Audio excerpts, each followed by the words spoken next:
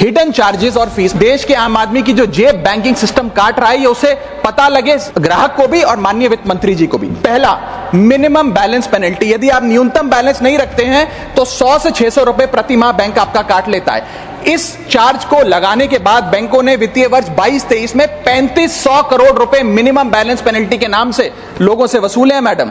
दूसरा charge, extra ATM usage. आपको ATM transaction के लिए 2 से 3 की मोहलत मिलती है, 2 से 3 की इजाजत मिलती है बैंकों द्वारा। अगर आप चौथा पांचवा ट्रांजैक्शन कर लें तो हर ट्रांजैक्शन पे 20 रुपए एटीएम चार्ज आपको देना पड़ता है।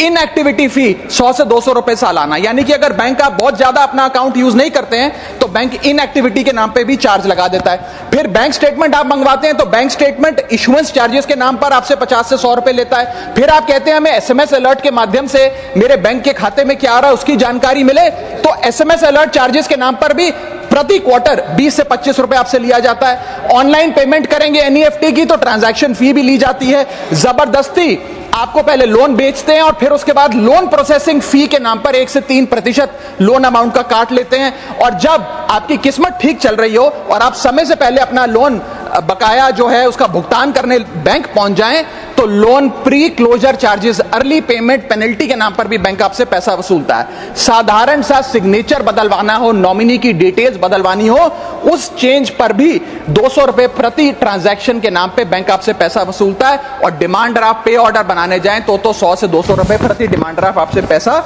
वसूलता ही वसूलता है। यानी कि कस्टमर्स की जेब काटी जा रही है और कस्टमर्स को पता भी नहीं लगता कि कितना पैसा बैंक इन नाना प्रकार के चार्जेस के चलते आम आदमी से वसूल रहा है। अपने क्वार्टरली या मंथली टारगेट्स पूरा करने के लिए बैंक के एग्जीक्यूटिव मिस सेलिंग करते हैं, गलत प्रोडक्ट लोगों को बेचते हैं। यह भी एक प्रकार का हनी ट्रैप है। मीठी मीठी बातें कर भोले भाले मासूम लोगों को ऐसे प्रोडक्ट्स बेच दिए जाते हैं जिनकी जरूरत उन्हें है ही नहीं।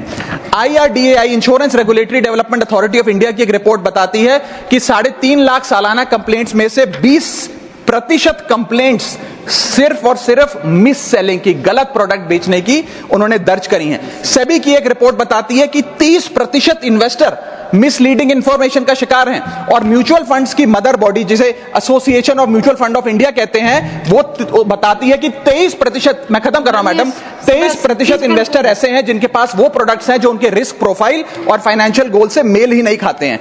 तो मैडम, मैं इन सारे जो समस्याएं बताई हैं उसके माध्यम से समाप्त कर रहा हूं। बस इतना ही कहना चाहूंगा कि ये बड़ी बुनियादी समस्याएं हैं जो आज इस देश का एक आम अकाउंट धारक, एक आम आदमी सफर कर रहा है। मैं चाहूंगा माननीय वित्त मंत्री जी इन बुनियादी सुविधाओं का, इन बुनियादी समस्याओं का समाधान दे। बहुत बहुत शुक्रिया।